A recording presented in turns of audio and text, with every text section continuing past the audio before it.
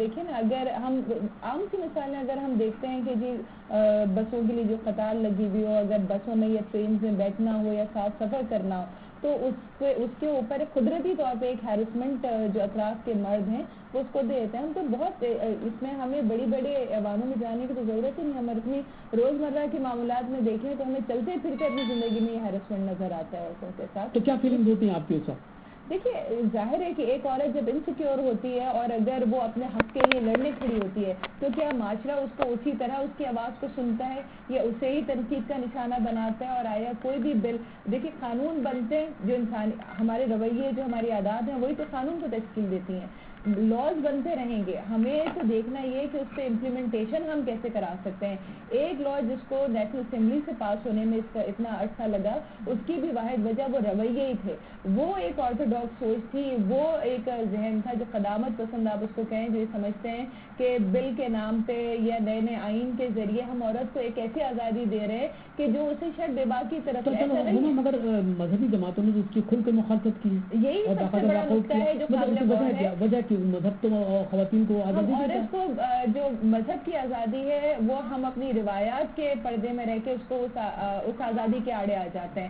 اگر ہم اسلام نے تو عورت کو بالکل جو ایک میشورزم ہے جو ایک بتاتا ہے کہ مردوں کی حکومت ہے، مردوں کی اجارہ داری ہے، اور عورت کو اپنے مقابلے بجائے اپنا ساتھ سمجھنے کے اور یہ سمجھنے کے کہ وہ اس کی سپورٹ کے طور پہ سامنے آ کے کھڑی ہوگی، اس کے ساتھ آ کے کھڑی ہوگی، وہ اسے اپنے مقابلے میں. اچھا محمد، یہ بتائیے آپ تو ماہر تعلیم میں، آپ یہ بتائیے اتنا بڑا انسٹیٹیوٹ آپ رن کر رہی ہیں، مرد بھی کیا اپنے آپ کو انسیکیور فیل کرتا ہے عورت کے مقابلے میں؟ جی بالکل، اور اسی لیے فیل کرتا ہے. کیوں کرتا ہے؟ ایک طرف تو وہ ایگریسو ہے، دوسری طرف وہ یہ سمجھتا ہے کہ وہ جسمانی طور پہ عورت سے زیادہ تمنا ہے، ذہنی طور پر تو کوئی عورت اس کے مقابلے میں نہیں آ سکتی. اور یہ رویے ہمیں اداروں میں بھی نظر آتے ہیں. دیکھیے جہاں پہ بھی ریسرچ ورک ہو، کوئی سائنٹیفک ورک ہو، وہاں تو خواتین کو اپرچونیٹی دی جاتی ہے کیونکہ سیریس کام کرنے والے لوگ کم ہیں. لیکن ایسی جگہوں پہ جہاں پہ اپرچونیٹی مرد اور عورت کے لیے برابر ہو، وہاں ابھی تک بھی لڑکیوں کو موقع کم ملتے ہیں. آپ ملٹا نیشنل میں چلے جائیں، بینکس میں چلے جائیں، اور جگہوں پہ عورتوں کا لڑکیوں کا تناسب کم نظر آئے گا.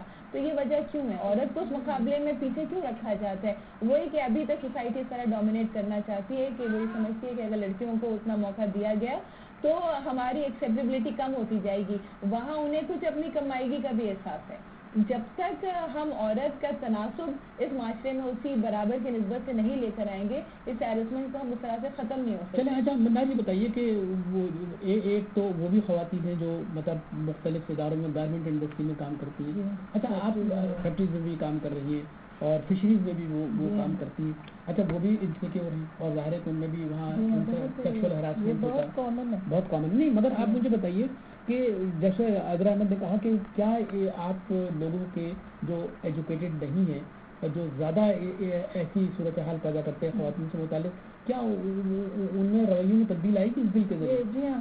جب ایک میں آپ کو بات بتاتا ہوں، ایک آرگنائزیشن کا جہاں بھی ہیڈ ہوتا ہے اس کو پتا ہوتا ہے کہ اگر ہیڈ اچھا ہے تو ان کو پتا ہے کہ اب یہ کام اس طرح سے ہوگا، اور اگر ہم نے کوئی غلطی کی کچھ کی تو ہم پکڑے جائیں گے. بہت سی جگہ بھی آپ کو یاد ہوگا، سینئر ایک جرنلسٹ تھی، ان کا ایک ٹی وی چینل سے کافی برا اس قسم کا نیٹ پہ اویلیبل بھی ہے، اوپن لیٹر ہے ان کا، اور ان کا کوئی پوچھنے والا نہیں تھا، بلکہ ان خاتون پہ تہمتیں لگی. اور اس طرح سے اگر آرگنائزیشن تہمتیں لگی، لوگوں نے کہا کہ یہ خود ہی خراب ہے. حالانکہ وہ اس آرگنائزیشن اس ٹی وی چینل میں کوئی آرگنائزیشنل پالیسی نہیں تھی. اب اس بل سے یہ پالیسی اب ہر بڑی آرگنائزیشن کو یہ اپنے اندر بنانی پڑے گی، اور اس پالیسی کے تحت ایک کمیٹی بنے گی جس کے 3 رکن ہوں گے، اس میں 2 مرد ہوں گے، 1 عورت ہوگی. اور یہ ایسے تمام کیسز جو آرگنائزیشن میں ہوں گے وہ ان کے سامنے آئیں گے، وہ اس پہ فیصلہ دیں گی. اس میں مائنر اور میجر 2 ٹائپ کی پینلٹیز لگیں گی.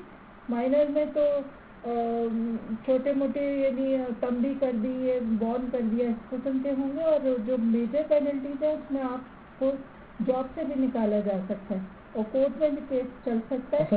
اور اگر آپ اونر ہیں اس آرگنائزیشن کے اور آپ نے اپنے ماتحتوں کے ساتھ اس طرح سے کیا ہے تو آپ کو ان کو بہت ہیوی جرمانہ دینا پڑے گا اور بدنامی ساتھ میں ہوگی. تو یہ میرے خیال میں لا